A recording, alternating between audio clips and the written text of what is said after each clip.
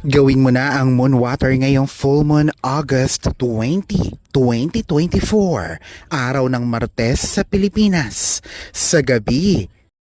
At kinabukasan ay gawin naman ang ritual na ito. Wisikan ng moon water ang iyong damit gamit ang moon water o full moon water.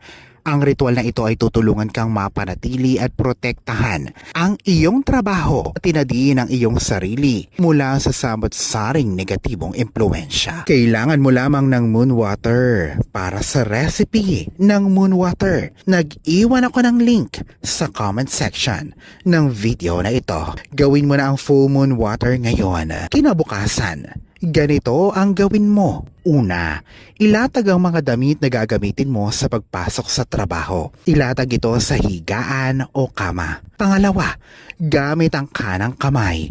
Iwisik ang nagawa mong full moon water o moon water sa damit o uniforme mo. At habang ginagawa mo ito, ay sambitin ito.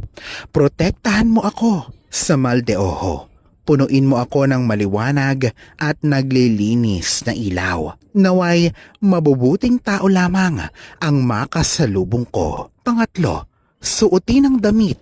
Mag-visualize lamang ng magagandang bagay.